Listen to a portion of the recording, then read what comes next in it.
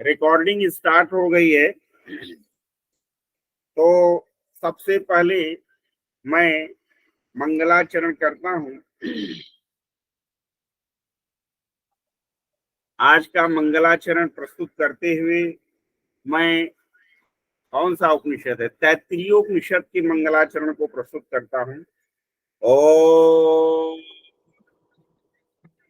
शन्नो मित्रः शं वरुणः शन्नो भवत्वर्यमा शन्न इन्द्रो बृहस्पतिः शन्नो विष्णुरुक्रमः नमो ब्रह्मणे नमस्ते वायो त्वमेव प्रत्यक्षं ब्रह्मासि त्वामेव प्रत्यक्षं ब्रह्म वदिष्यामि ऋतं वदिष्यामि सत्यं वदिष्यामि तन्मामवतु तद्वक्तारमवतु अवतु माम् अवतु वक्तारम्। ओम शांति शांति शांति। ओम सहनाववतु सहनौ भुनक्तु सह वीर्यं करवावहै तेजस्विनावधीतमस्तु मा विद्विषावहै। ओम शांति शांति शांति। गुरुर्ब्रह्मा गुरुर्विष्णुः गुरुर्देवो महेश्वरः गुरुः साक्षात् परब्रह्म तस्मै श्री गुरवे नमः। ओम पूर्वामत्र सरस्वती मनुभजे शुंभादिदैत्यार्दिनी। वाग्देवी सरस्वती का आह्वान करते हुए आज की कक्षा में हमारे बीच उपस्थित हैं डॉक्टर विमल कुमार शुक्ल सर, जो कि इलाहाबाद के जाने माने संस्कृत विशेषज्ञ हैं। आज मैं माननीय सर का नंदन वंदन एवं अभिनंदन करता हूं। विद्वान होना आसान बात है, लेकिन विद्वान होने के साथ साथ सरस और सरल होना, ये दोनों कठिन है। मैंने बहुधा विद्वानों को देखा है कि जैसे ही विद्या का गौरव उन्हें प्राप्त होता है, वो नीरस और कठिन हो जाते हैं। लेकिन ये सर की महत्ता है कि सर के पास विद्या का वैभव तो है ही, लेकिन विद्या के वैभव के साथ साथ इन्होंने अपनी सरलता और सरसता को कायम रखा है, उसे छोड़ा नहीं है। देखिए, एक विद्यार्थी भी कह रहे हैं, सूर्य प्रकाश जी की यथार्थ कहा सर आपने। तो माननीय सर का नंदन वंदन एवं अभिनंदन करते हुए आह्वान करता हूं कि ये जो कारिकावली न्याय सिद्धांत मुक्तावली चल रही है, उसके प्रकरण को आगे बढ़ाएं। माननीय सर।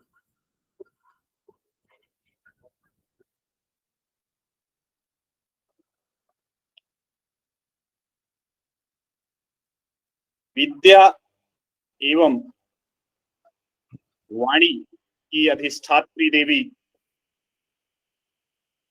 बीणा पाणी मां भगवती सरस्वती के श्री चरणों में सादर नमन करते हुए, गुरुजनों के कमलवत चरणों को सादर प्रणाम करके आप समस्त सुधी जन एवं जिज्ञास जनों को मैं सादर नमस्कार करता हूं।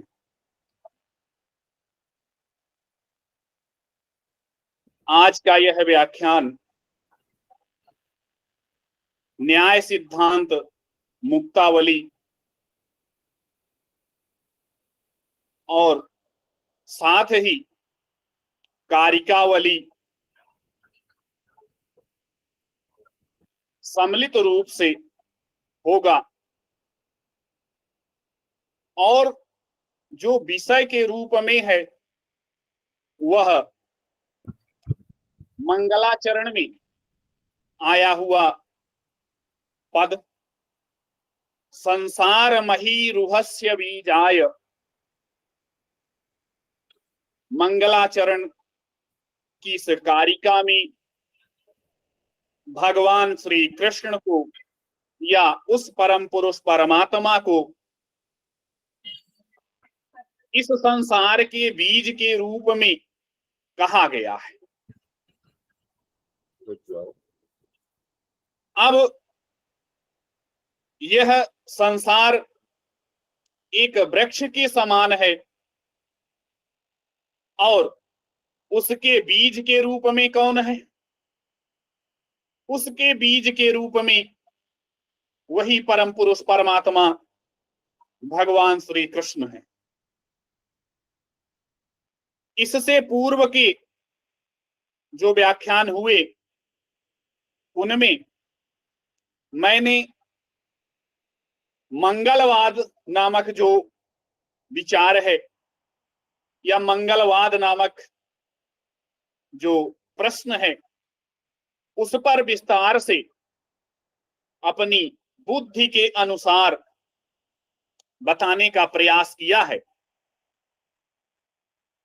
जहां यह कहा गया कि मंगलाचरण क्यों करना चाहिए या मंगलाचरण करना चाहिए या नहीं करना चाहिए, इन विविध प्रकार के मतवादों में मंगलाचरण करना चाहिए, इस निष्कर्ष पर हम लोग पहुंच गए। इसके बाद प्रश्न आ गया यहां कि संसार जो है वह उस परम पुरुष परमात्मा से उत्पन्न है या इस संसार का जो निमित्त कारण है वह परम पुरुष परमात्मा ही है। न्याय ईश्वर को निमित्त कारण के रूप में स्वीकार करता है और परमाणुओं को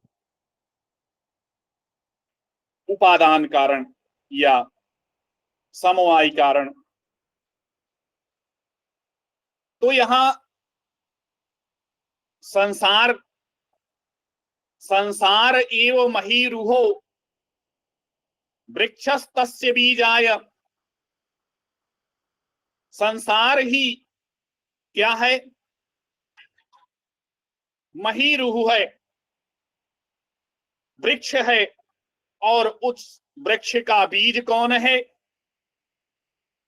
वही परम पुरुष परमात्मा है जो निमित्त कारण के रूप में है। यहां पर निमित्त कारण की बात की गई है। निमित्त कारण के रूप में वह परम पुरुष परमात्मा है, यह स्वीकार किया गया। और इससे एतेन ईश्वरे प्रमाणमपि दर्शितम भवति तथा हि यथा घटाधिकार्यं कर्तृजन्यम तथा चित्तंकुरादिकमपि न च तत्कर्तृत्वम् अस्मदादीनां संभवति तत्कर्तृत्वनीश्वर सिद्धि। ईश्वर की सिद्धि कैसे होगी? क्यों हम ईश्वर को स्वीकार करें? इस विषय पर भी पूर्व में कहा जा चुका है, जिसे ईश्वर अस्तित्व सिद्धि इस नाम से विभिन्न विश्वविद्यालयों में पाठ्यक्रम में निर्धारित किया गया है। तो यहां ईश्वर को हम क्यों स्वीकार करें, इस विषय पर जब बात आती है तो जो कुछ भी कार्य है उसका कोई ना कोई कर्ता अवश्य है। घटादि कार्यम कर्तृजन्यम, घट आदि जो है वह कार्य है और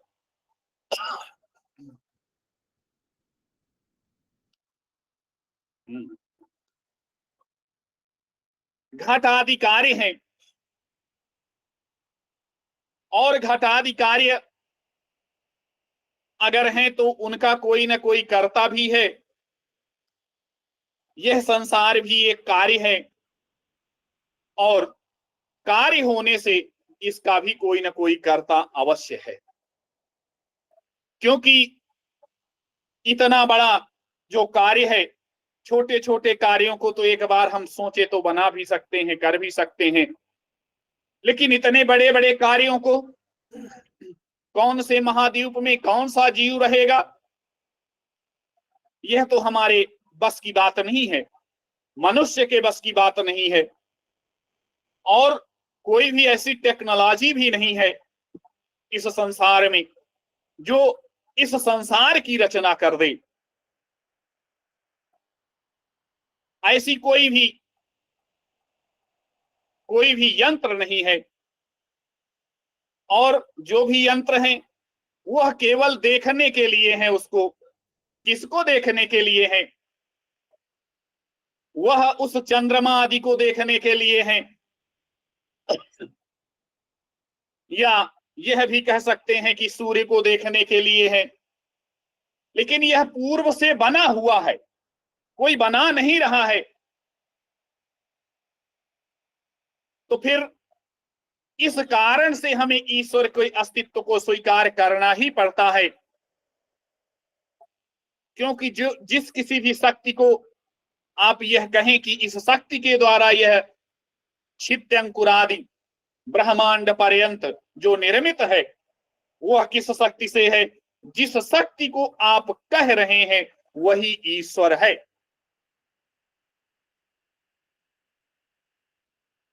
तो यहां तक हो चुका था, यह पूर्व वृत्तांत था, प्रसंग था।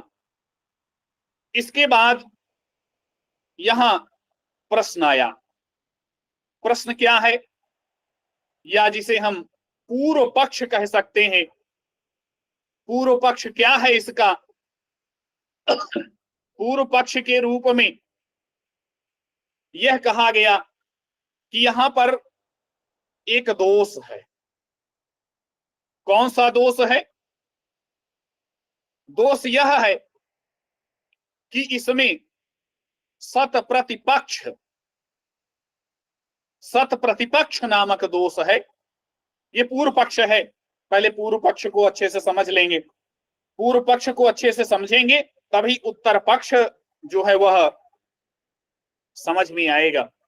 क्योंकि किसी भी प्रश्न का उत्तर देने से पूर्व उस प्रश्न का ठीक प्रकार से ज्ञान होना अति आवश्यक है।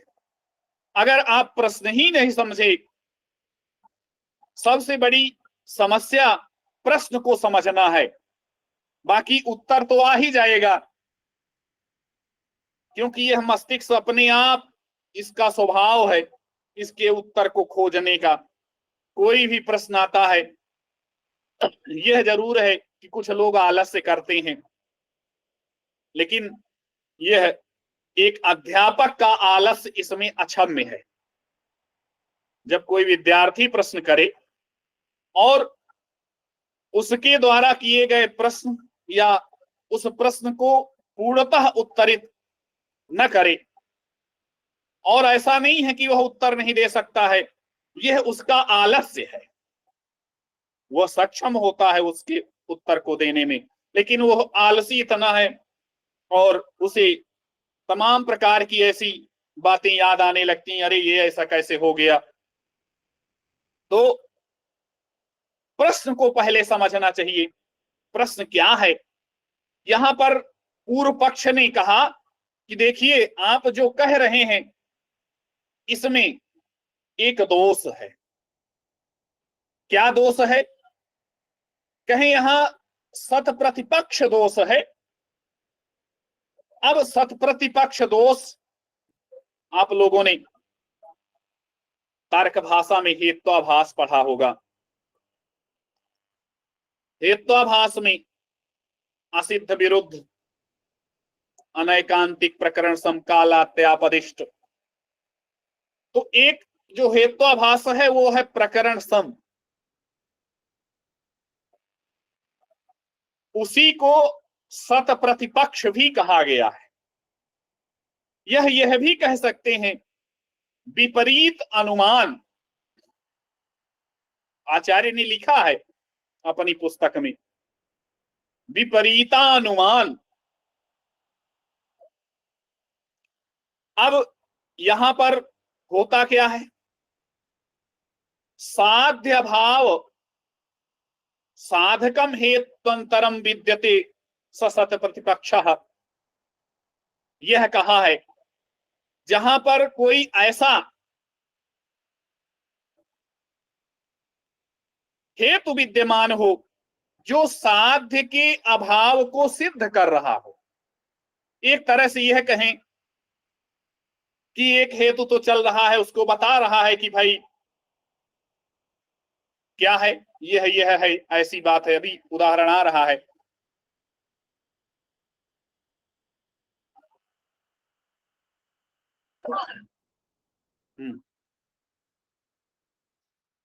उदाहरण है सत प्रतिपक्ष के विषय में कि यह जो शब्द है वह नित्य है। अब शब्द नित्य है, क्यों नित्य है, कहे श्रावण होने से, क्योंकि इसे श्रोत्रेंद्रिय से ग्रहण किया जाता है। श्रोत्रेंद्रिय से ग्रहण होने के कारण शब्द नित्य है। अब इसके विपरीत एक और आ गया, क्या, शब्द अनित्य है।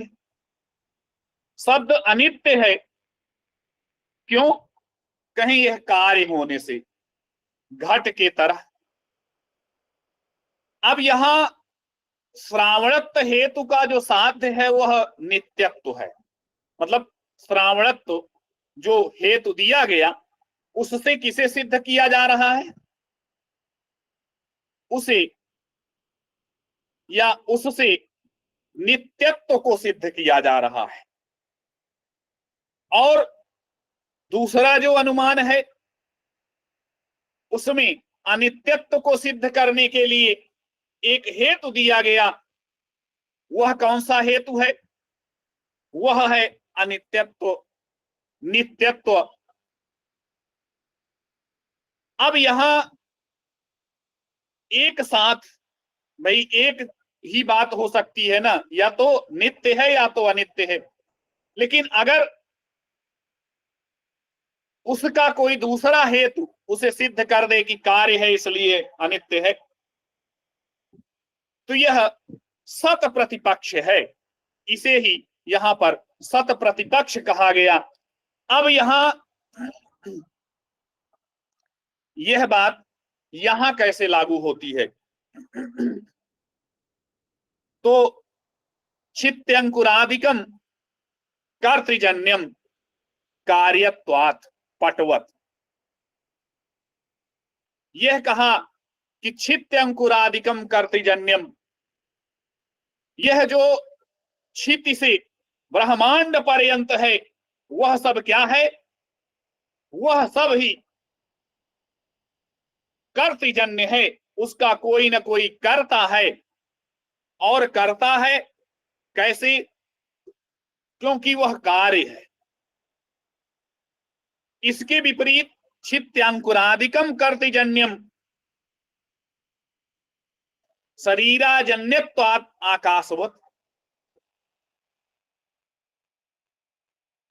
अब यहां यह जो कर्तृजन्य है वह ठीक उसी प्रकार से है आकाश के समान। कर्तृजन्य है शरीराजन्यत्वात्।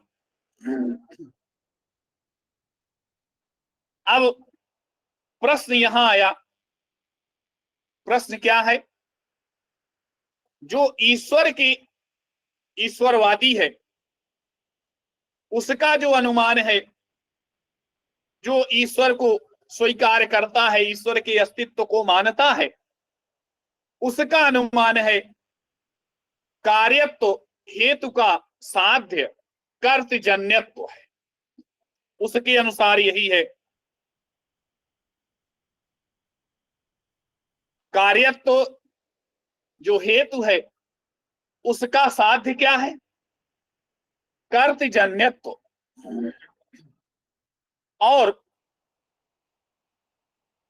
इसके बाद यदि अब इसको अगर जो अनीश्वरवादी है वह व्यक्ति यह कहता है तो यह कैसे होगा?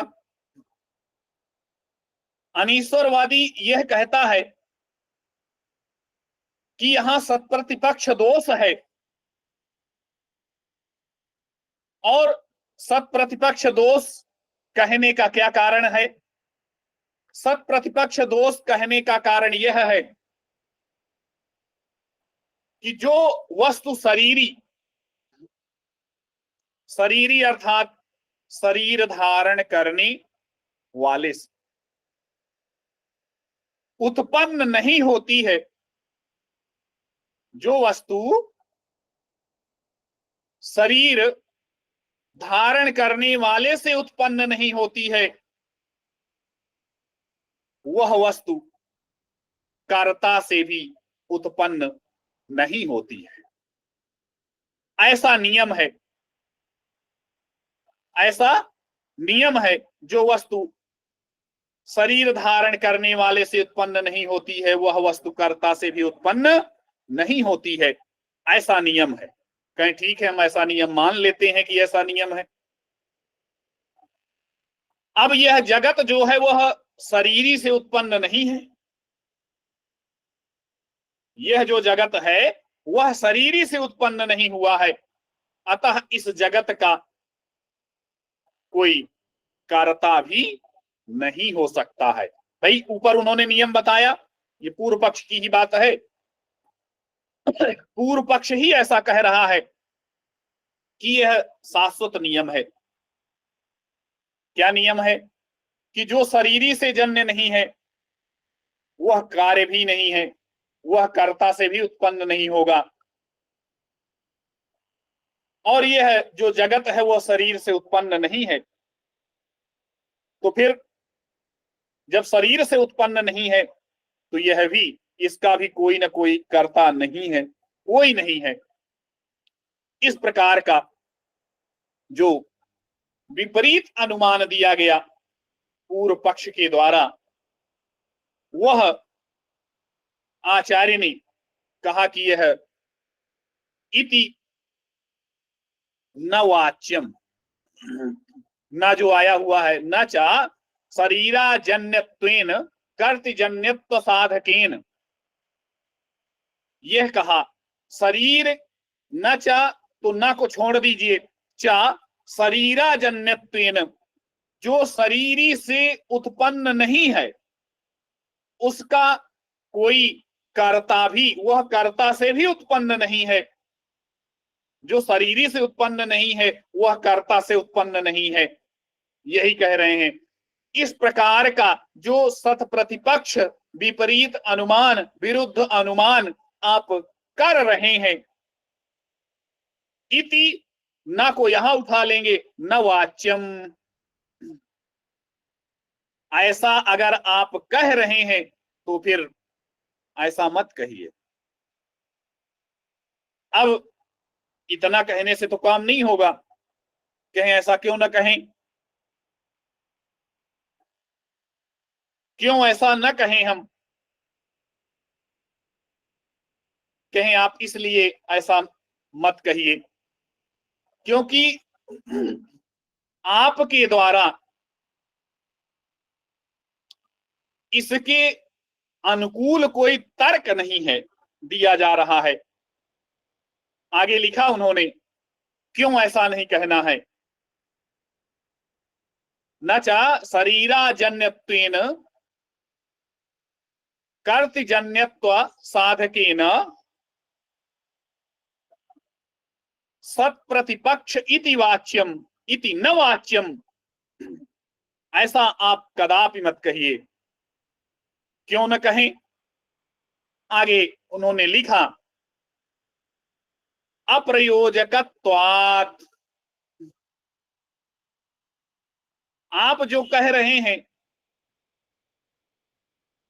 ऐसा कोई आपका अनुकूल तर्क नहीं है। आप इसके अनुकूल कोई तर्क नहीं दे पा रहे हैं, आपकी कोई ऐसी युक्ति नहीं है जो आप नियम बता रहे हैं, वह नियम आप मानने के लिए, मनवाने के लिए बाध्य करें। भाई कोई भी नियम आप बता रहे हैं, आप नियम बता दिए कि जो शरीरी से उत्पन्न नहीं है वो किसी कर्ता से उत्पन्न नहीं होता है, यह जगत किसी शरीर से उत्पन्न नहीं है इसलिए इसका कोई कर्ता नहीं है, यह बता दिए, यह नियम है। अब यह नियम हम क्यों फॉलो करें, किस लिए इसका अनुसरण करें? भाई नियम बस बताने से तो नहीं होगा, उसके साथ में आपको यह भी बताना पड़ेगा कि आपको इस नियम को इसलिए मानना चाहिए, ये यहां ऐसा हो रहा है, ये ऐसा यहां हो रहा है। उसका आप कुछ अनुकूल तर्क भी न दे पाए तो फिर ऐसे नियम को कौन मानेगा? तो यहां पर अप्रयोजकत्वात् इसीलिए कहा गया कि आप जो बता रहे हैं कि शरीर धारण करने वाले से जो उत्पन्न नहीं होता है वह कर्ता से भी उत्पन्न नहीं होता है, और यह जगत जो है वह किसी शरीरी से उत्पन्न नहीं है इसलिए इस जगत का कोई कर्ता नहीं। यह जो पूर्व पक्ष है, आप जो नियम बता रहे हैं, इसका कोई अनुकूल तर्क नहीं है, आप अनुकूल कोई तर्क नहीं दे पा रहे हैं, इसलिए आपकी यह बात स्वीकार्य नहीं है। कहें ठीक है आचार्य जी, एक मिनट, थोड़ा सा मैं आपको व्यवधान डालूंगा। ये पुस्तक में तो न च शरीराजन्यत्वेन है, और किताब की व्याख्या में भी शरीरी शब्द का इस्तेमाल किया जा रहा है कि शरीरी से उत्पन्न होने के कारण, यहाँ जबकि संस्कृत की पंक्ति दोनों किताबों में शरीराजन्यत्वेन दिया हुआ है। तो क्या हुआ, उससे समस्या कहाँ आ रही है? मतलब शरीर और शरीरी, शरीरी तो आत्मा है, शरीर शरीर है, तो न च नहीं, शरीर। वहां पर जो उन्होंने लिखा शरीरी, हम्म या शरीर को धारण करने वाला जो है, हम्म ये तो यद्यपि ये मेन जो विषय है वो यह है कि शरीर से उत्पन्न नहीं है, जी जी जी शरीराजन्यत्वेन। जी अब उसको और विस्तारित कर दिया गया कि शरीरी, जी जी जी परम पुरुष परमात्मा को बताना है ना, जी जी जी जी जी जी जी इस कारण से अर्थ में ये ले रहे हैं। लेकिन जी वहां पर शरीर से जो उत्पन्न नहीं है, जी जी वहां पर शरीरा, शरीर और अजन्य है। अजन्य। जी जी जी जी जी तो उसको कोई पूर्व पक्ष ही है, पूर्व पक्ष में जितनी गलतियां निकल आए उतना ही अच्छा। नहीं, मैं मेरे दिमाग की तरंगिणी जो पहुंच रही है कि मतलब वहां जो ये शरीर है वो परम पुरुष के शरीर को लिया जा रहा है क्या? और फिर हाँ, उसी परम परम पुरुष पुरुष, उसी परमात्मा के, शरीर को लिया जा रहा है और उसी परम पुरुष परमात्मा के शरीर को हम शरीरी कह दे रहे हैं, ऐसा है क्या? हाँ हाँ हाँ, ऐसा ही है। ठीक है, आगे कंटिन्यू क्योंकि करें। इस जगत का जो निर्माता है, जो जी जी जगत जी को निर्मित करने वाला है, वो शरीर तो नहीं है, जी जी वह जी शरीरी ही है। जी जी तो बात उसी की हो रही है, लेकिन यह किसी न किसी शरीर में ही रहता है। जी जी और किसी, यहाँ इन्होंने कहा, यहाँ तो शरीर से जी अजन्यतेन है, शरीर से उत्पन्न नहीं है। जी जी ये इसका अर्थ यही है, शरीर से उत्पन्न नहीं है इसलिए इसका कोई कर्ता नहीं है, यह जी अर्थ है। जी जी जी जी जी और उतना भाई जब व्याख्या होगी तो और जोड़ा जा सकता है। जी कंटिन्यू करें आचार्य जी आप।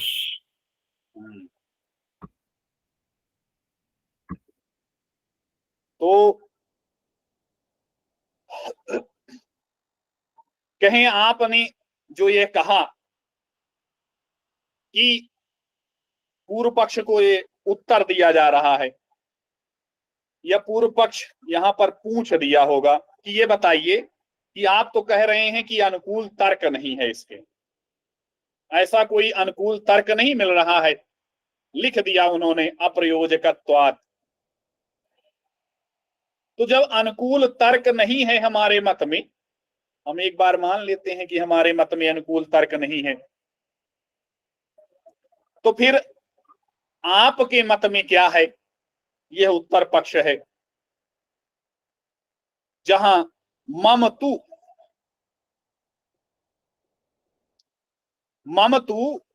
कर्तृत्वेन कार्यत्वेन कार्य कारण भाव एवं अनुकूल तर्कः। मेरे मत में, मेरे मत का मतलब है जो नैयायिकों का मत है, नैयायिकों का अपना मत है, न्याय वैशेषिक का अपना यह मत है। क्या मत है? कि इस संसार में जितने भी कार्य हैं, उन समस्त कार्यों का कोई ना कोई कारण अवश्य है। हम यह नहीं कह रहे हैं जो आप कह रहे हैं, हम यह कह रहे हैं कि इस संसार में जितने भी कार्य हैं, कोई भी कार्य आप देखेंगे उसका कोई ना कोई कारण है कि नहीं है।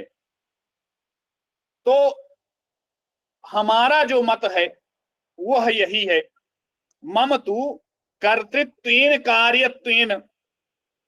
मम का मतलब हम, जो ईश्वर का अस्तित्व स्वीकार करने वाले लोग हैं, मानने वाले लोग हैं, वह यह स्वीकार करते हैं कि जिसका कर्ता नहीं है वह कार्य भी नहीं है।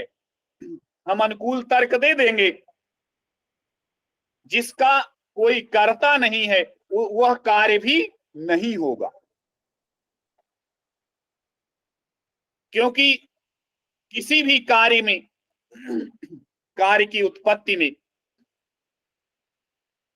या कार्य मात्र के प्रति साधारण कारण के रूप में 9 कारण बताए गए हैं। कौन कौन से? पहला कारण, ये साधारण कारण मैं बता रहा हूं, असाधारण की बात नहीं है। पहला कारण है ईश्वर। पहला कारण ईश्वर है किसी कार्य के प्रति, दूसरा ईश्वर का ज्ञान है, तीसरा इच्छा है, प्रयत्न है, देश है, काल है, अदृष्ट है, प्राग भाव है, प्रतिबंध का भाव है।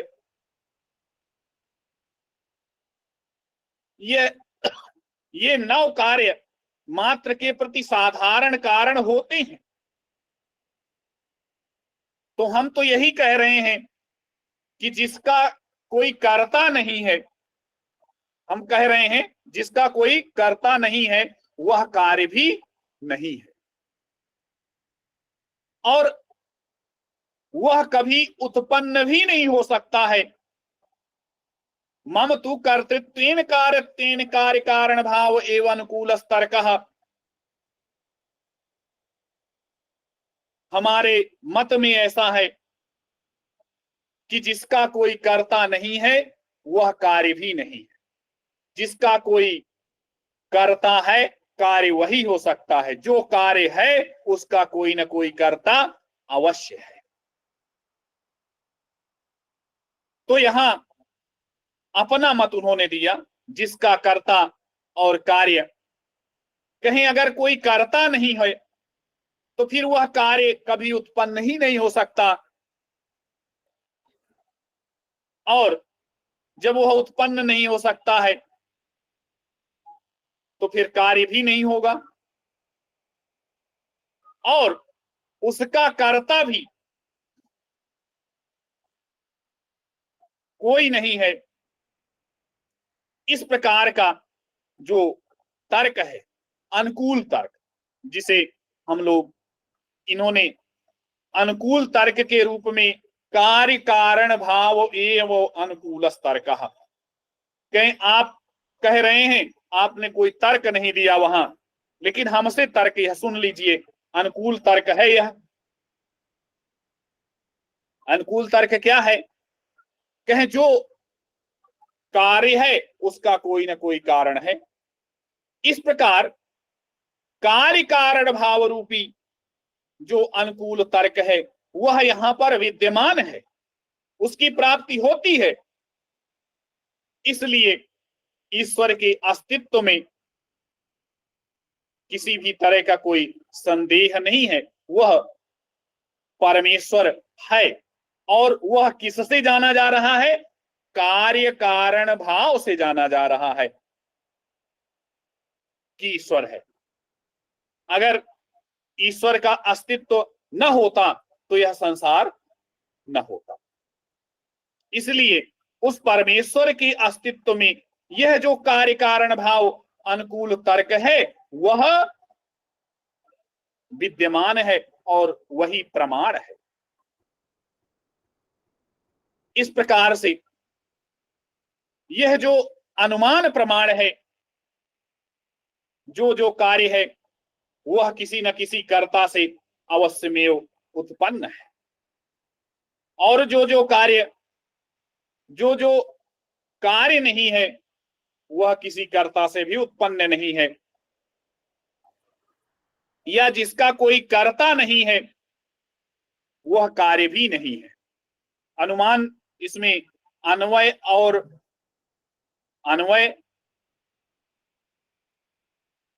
और व्यतिरेक दो बातें हैं ना। अनुमान प्रमाण तो दोनों को स्वीकार करता है। अनुमान प्रमाण के अनुसार अन्वय और व्याप्ति का होना अति आवश्यक है, तभी वहां अनुमान प्रमाण लगेगा। यहां पर इनके पास यही अनुकूल तर्क नहीं था। कहें जो जो इन्होंने इससे पूर्व में यही कहा ना कि जो जो शरीर से उत्पन्न नहीं होता वह वस्तु कर्ता से भी उत्पन्न नहीं होता। ठीक है, लेकिन जो जो शरीर से उत्पन्न होता है वह उसका कोई न कोई कर्ता है। इस प्रकार की जो अनुकूल तर्क हैं उनका कोई उदाहरण यहां पर इन्हें प्राप्त नहीं हो रहा है।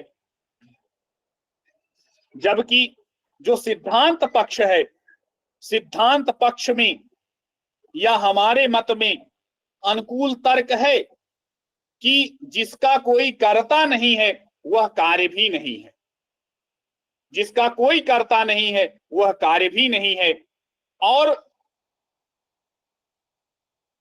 जो कार्य या जिसका कर्ता नहीं होगा वह कार्य नहीं होगा। तो जो जो कार्य है उसका कर्ता कोई न कोई अवश्य है। यह अनुकूल तर्क है, कारण कार्य भाव है। इसलिए ईश्वर का अस्तित्व है। इसी अनुमान से हम ईश्वर का अस्तित्व स्वीकार करते हैं, क्योंकि कार्य कारण भाव यही अनुकूल तर्क यहां विद्यमान होने से वह परम पुरुष परमात्मा का अस्तित्व है, और कार्य कारण भाव ही यहां पर ईश्वर के अस्तित्व में प्रमाण है। इसके बाद कहीं और कोई प्रमाण है? कहीं हां, और भी कोई प्रमाण है। ये शब्द प्रमाण से, जिसे हम आगम प्रमाण कहते हैं, उससे उन्होंने यहां पर कहा द्यावा भूमि जनयन देव एको विश्वस्य कर्ता भुवनस्य गोपता इत्यादय आगमा अप्यनुसंधेयाः। कहीं हम ही बस नहीं कह रहे हैं, विश्वस्य कर्ता भुवनस्य गोपता, इस विश्व का, विश्व क्या है? विश्व जगत है ना, जगत की ही पर्यायवाची है विश्व। शायद अनीश्वरवादी लोगों ने चूंकि वेदों को तो पढ़ा नहीं है, वो वेदों को स्वीकार नहीं करते हैं, तो वो यहां देखे ही नहीं होंगे, इसलिए समस्या आ रही है। तो द्यावा भूमि, यह जो द्यावा और पृथ्वी है, उसके अस्तित्व की जो बात है, और एको विश्वस्य कर्ता, यह जो विश्व है, यह जो जगत है, उसका कर्ता एक है, और भुवनस्य गोपता, इस संसार का रक्षक भी वही है। तो इस प्रकार से यह केवल एक ही मत नहीं है, इसमें आगम प्रमाण भी इस अनुमान में सहायक है, यह उसके अनुकूल है। तो वहां पर भी आपको देख लेना चाहिए, वहां पर भी अनुसंधान कर लेना चाहिए, वह भी यहाँ पर उपयुक्त है। इस प्रकार ईश्वर का जो अस्तित्व है वह यहीं पर स्पष्ट होता है। ईश्वर के अस्तित्व में जो प्रतिपक्ष दोष लोग बता रहे हैं, उस दोष का निराकरण यहां पर कर दिया गया। अब इसके बाद यह जो प्रकरण था वह ईश्वर अस्तित्ववाद था, जिस पर मैं अभी बोल रहा था। मुझे लग रहा है स्पष्ट हो गया होगा बहुत कुछ, और जो कुछ शेष होगा उसको आपको पढ़ना पड़ेगा एक बार। फिर भी अगर कहीं समझ में नहीं आता है तो पूछा जा सकता है, इस बात की पूर्ण स्वतंत्रता है। तो यह ईश्वर का अस्तित्व, ईश्वर अस्तित्ववाद यहीं पर पूर्ण होता है। यही ईश्वर के अस्तित्व के विषय में कथन है। आगे इसका जो मूल विषय है, मूल जो बात है, वह आचार्य ने लिखा, पदार्थान विभजते पदार्थान। यहां पर पदार्थ हैं, और वह पदार्थ कौन से हैं उनका विभाग बता रहे हैं। जैसे आप लोगों ने तर्क संग्रह में पढ़ा है, द्रव्य गुण कर्म सामान्य विशेष समवाय भावाः सप्त पदार्थाः। वही बात आचार्य ने यहां पर कारिका में लिख दी है, वही बात लिखी हुई है। द्रव्यम गुणस्तथा कर्म सामान्यम सविशेषकम समवायस्तथा भावः पदार्थाः सप्त कीर्तिताः। एक बात यहाँ आचार्य जी, मैं एक बार इसको जो है अपनी गेय शैली में इस कारिका को पढ़ना चाहता हूँ, ताकि विद्यार्थी लोग गेयता के साथ इसको इंटरेस्ट के साथ भी अपने जीवन में उतारे। यदि आपकी अनुमति हो तो एक बार मैं गेयता के साथ बिल्कुल आप एक बार पढ़ के सुना दीजिए। जी जी जी, मैं कूलर बंद कर दे रहा हूँ। पदार्थान विभजते। अब हम सभी लोगों ने तर्क संग्रह में पढ़ा ही है कि द्रव्य गुण कर्म सामान्य विशेष समवाया भावा सप्त पदार्था। अब ये कारिका है, कारिकावली है ही है। अब इसको आप लोग जो है बोरियत के साथ पढ़ते हैं, इसलिए शास्त्र में आनंद आता नहीं है। तो इसको ऐसे पढ़िए, द्रव्यम गुणस्तथा कर्म सामान्यम सविशेषकम समवायस्तथा भावः पदार्था सप्त कीर्तिताः। तो एक बार पढ़ा, नहीं आया आनंद, दोबारा फिर पढ़ते हैं। द्रव्यम गुणस्तथा कर्म सामान्यम सविशेषकम समवायस्तथा भावः पदार्था सप्त कीर्तिताः। अब मैं आप लोगों को उदाहरण देना चाहूंगा कि वो जो रामायण और महाभारत का सीरियल जब समाप्त होता था तो एक हिंदी में दोहा चौपाई सोरठा कुछ न कुछ वो पढ़ते थे, रामानंद सागर जी जिसको भी फिट किए हुए, अब आर चोपड़ा। और वो जैसे भगवत गीता का श्लोक है ना, यदा यदा, आप लोग जल्दी जल्दी पढ़ लेते हैं। और वो कैसे, यदा यदा हि धर्मस्य ग्लानिर्भवति भारत अभ्युत्थानमधर्मस्य तदात्मानं सृजाम्यहम्। वैसे ही ये द्रव्यम गुणस्तथा कर्म सामान्यं सविशेषकम् समवायस्तथा भावः पदार्था सप्त कीर्तिताः। ऐसे आप लोग आनंद के साथ पढ़ेंगे तो आपको कंठस्थ भी होगा, और गाड़ी साइकिल है, आप पैदल वॉकिंग भी करते रहेंगे तो आपके दिमाग में रिनाउंस भी करता रहेगा। Sir please continue sir. Thank you sir बीच में इंटरप्ट करने के लिए, परमिशन जो दिया आपने, thank you. Continue sir please.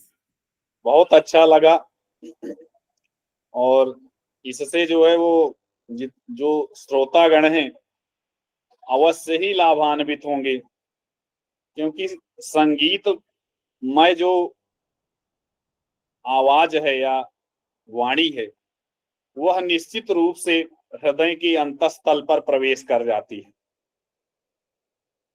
और उसका लाभ भी मिलता है। वैसे यह जो कारिका है वह निश्चित रूप से जिस लय पर आपने पढ़ा है उसी लय पर ही पढ़ी जानी चाहिए, जिस प्रकार से श्रीमद् भगवद गीता का वाचन होता है। सर मैं एक बात यहाँ और ऐड करना चाहूंगा। जनरली मैं सुंदरकांड 45 मिनट में पढ़ लेता हूँ, ठीक है, लेकिन जब मुझे कभी पढ़ना होता है सुंदरकांड तो हनुमान जी बैठा लेते हैं, और हनुमान जी बैठाने के बाद पता लगा कि सुंदरकांड संपूर्ण होने में 2.5 घंटा लग जाता है। कैसे पढ़ता हूँ राग से, ऐसे हमारे गुरुजी ने हमको सिखाया। तरु पल्लव महुरहा लुकाई करई विचार करो का भाई। अब जब इस तरह से मैं टेरने लगता हूँ तब मुझे 2.5 घंटा लग जाता है। तो चलिए अधिक समय नहीं लूंगा सर, आप कंटिन्यू करो बस, अब मैं नहीं बोलूंगा प्लीज। तो यह पदार्थों की जो संख्या है, वैशेषिक जो दर्शन है उसमें पदार्थों की संख्या पर जो विचार है वह नव्य और प्राच्य, जो प्राचीन वैशेषिक है उसके अनुसार केवल 6 ही पदार्थ हैं।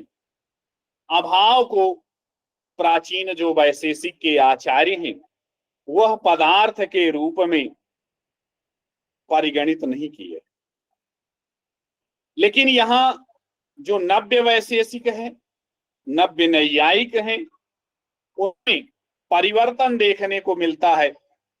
उन्होंने अभाव को भी प्रमाण के, वो अभाव को भी पदार्थ के रूप में वर्णित किया है। और यहां तो ठीक ही है, अभी आगे आप पढ़ेंगे शक्ति भी पदार्थ है, सादृश्य भी पदार्थ है। तो प्राच्य वैशेषिक और नव्य वैशेषिक, वहां पर अगर प्रशस्त पाद भाष्य को उठा करके आप देखेंगे तो वहां उन्होंने लिखा ही है, द्रव्य गुण कर्म सामान्य विशेष समवाय सर्णाम पदार्थानाम साधर्म वैधर्म्यात्, यह लिखा है।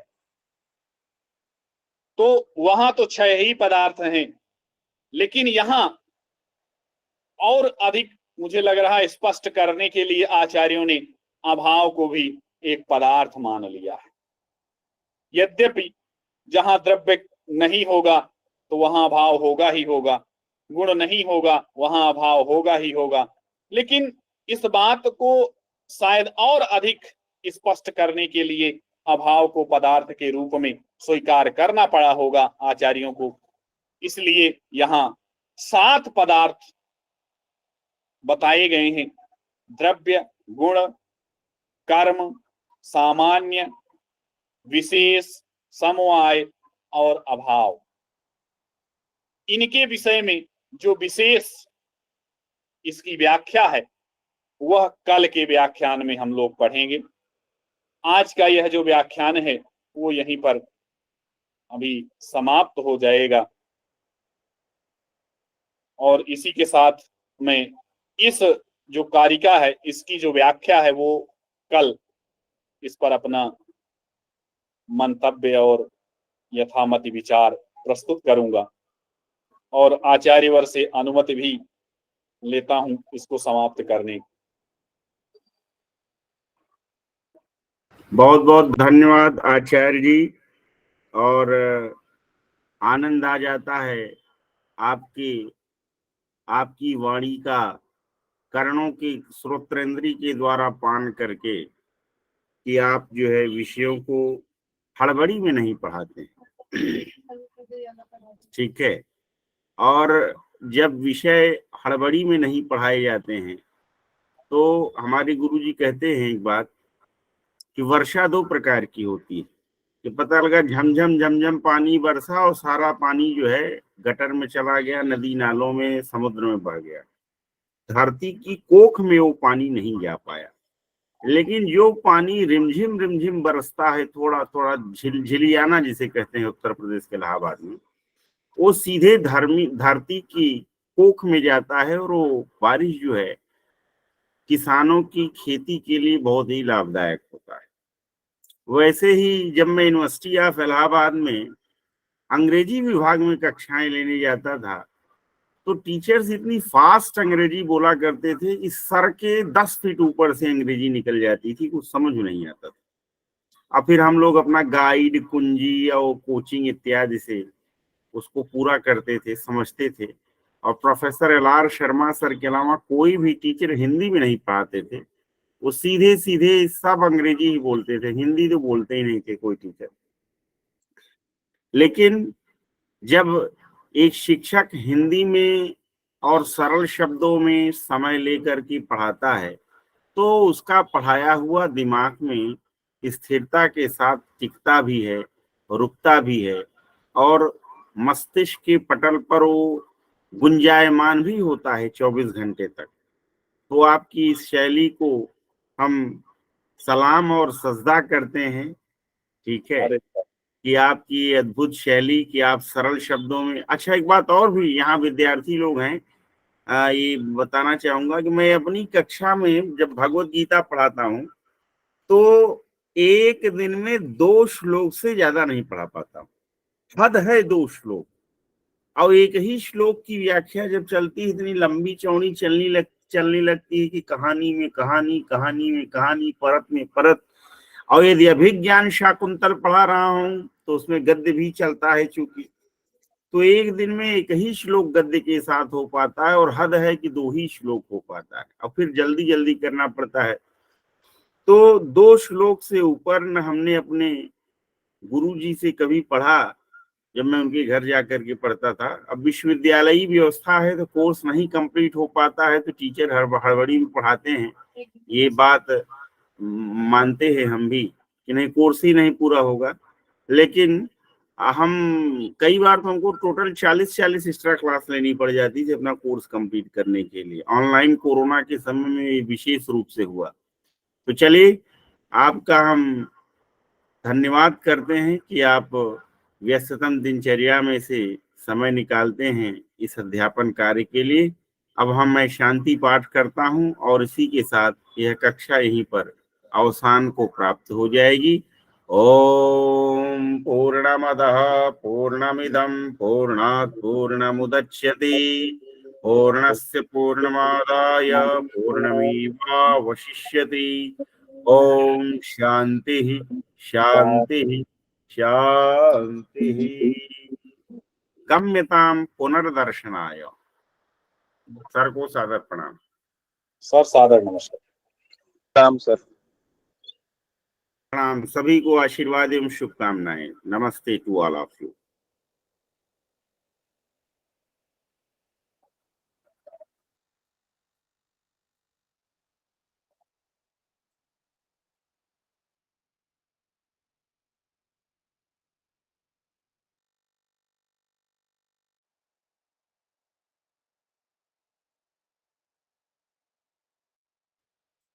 हेलो।